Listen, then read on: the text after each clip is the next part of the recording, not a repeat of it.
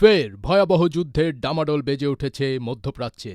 যুক্তরাষ্ট্র মধ্যপ্রাচ্যে বিমানবাহী রণতরী USS Abraham Lincoln মোতায়েনের পর সতর্ক অবস্থানে রয়েছে ইরান।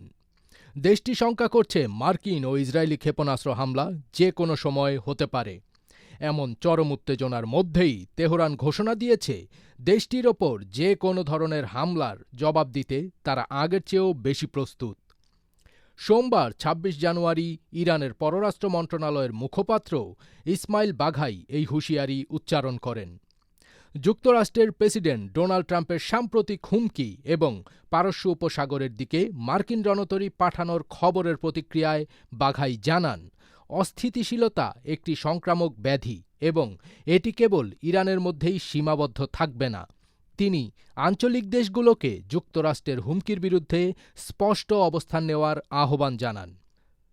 ইরানের নিজস্ব সক্ষমতা ও অতীতের অভিজ্ঞতার ওপর জোর দিয়ে বাঘাই বলেন, ইরান এখন যে কোনো আগ্রাসনের সামগ্রিক, সিদ্ধান্তমূলক এবং অনুশোচনামূলক জবাব দিতে অতীতের যে কোনো সময়ের চেয়ে বেশি প্রস্তুত। বিশ্লেষকরা মনে করছেন, এবার যুক্তরাষ্ট্রের হামলার মূল লক্ষ্য হবে ইরানের রাজনৈতিক নেতৃত্ব, যাতে দেশটির জনগণ পুনরায় রাস্তায় বিক্ষোভে নামে এবং অভ্যন্তরীণ চাপ সৃষ্টি করে।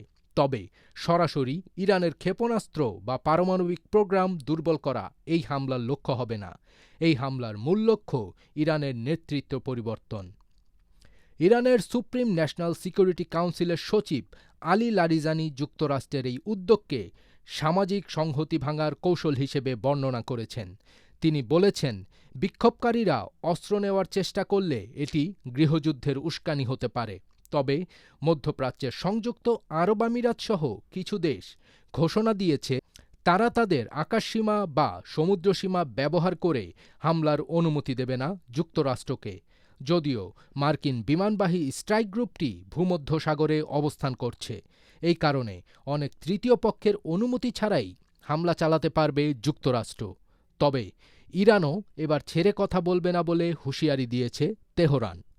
অন্যদিকে ইরানও যে কোনো সময় যুক্তরাষ্ট্রের বিমানবাহী তরিতে হামলা চালাতে পারে বলে শঙ্কা প্রকাশ করেছেন বিশ্লেষকরা।